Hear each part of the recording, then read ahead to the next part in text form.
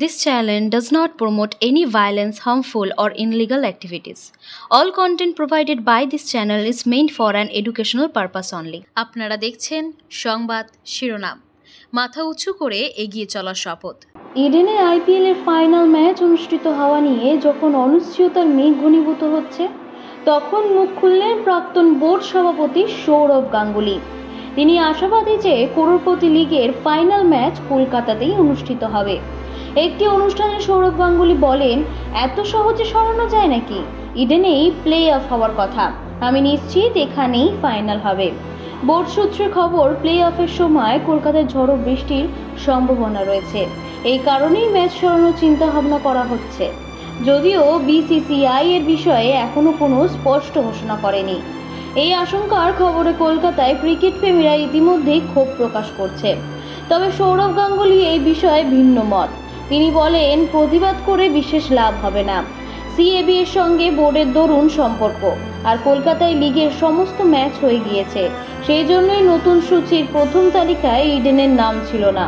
তবে সেই নতুন সূচির দ্বিতীয় কোয়ালিফায়ার ও ফাইনাল ম্যাচের ভেন্যু নিয়ে ধোঁয়াশা রয়ে গেছে। শোনা যাচ্ছে ফাইনাল ম্যাচ আহমেদাবাদে বা মুম্বাইতে সরিয়ে নিয়ে যাওয়া হতে পারে।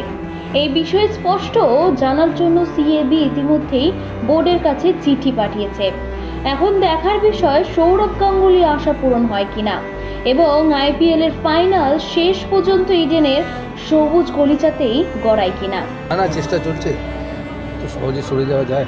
ক্রিকেট প্রেমীদের তো মন খারাপ, ইডেনের সামনে বিক্ষোভ করছে, মিছিল করছে। না, বিক্ষোভ মিছিল করে কিছু হবে।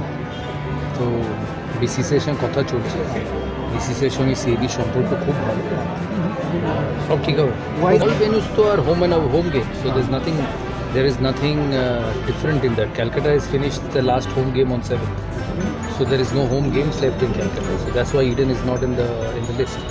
If KKR had couple of games here, Eden would have also been on the list. So that's the reason Eden is not in the league stage, but it's Eden's playoff, so I'm sure everything will.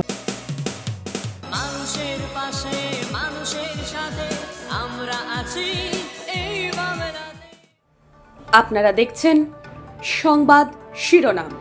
দেখলেন তো অনেক কিছু, এবার দেখুন নতুন কিছু।